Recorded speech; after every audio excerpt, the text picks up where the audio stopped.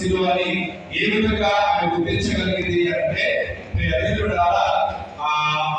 తవ్వకాలలో బయటపడినటువంటి ఆ మూడు సిల్వర్ని ఆమె ఏమంటారంటే పరీక్షించడం జరిగిన అన్నమాట. ఇంకా ఏమంటారు దాన్ని సైన్స్ పరంగా వారిని పరీక్షించడం అనేది జరిగింది. అప్పుడు అక్కడ చనిపోయినటువంటి ఆ వ్యక్తిని అక్కడ తీసుకెళ్ళగలరు. ఆ వ్యక్తి యొక్క శరీరానికి ఆ సిలువ తాకినప్పుడు అతను బ్రతకడం అనేది జరిగిన తర్వాత ఇదే నిజమైనటువంటి సిలువ అని నిర్ధారించడం జరిగింది అని చెప్పేసి కొంతమంది చెప్తూ ఉంటారు.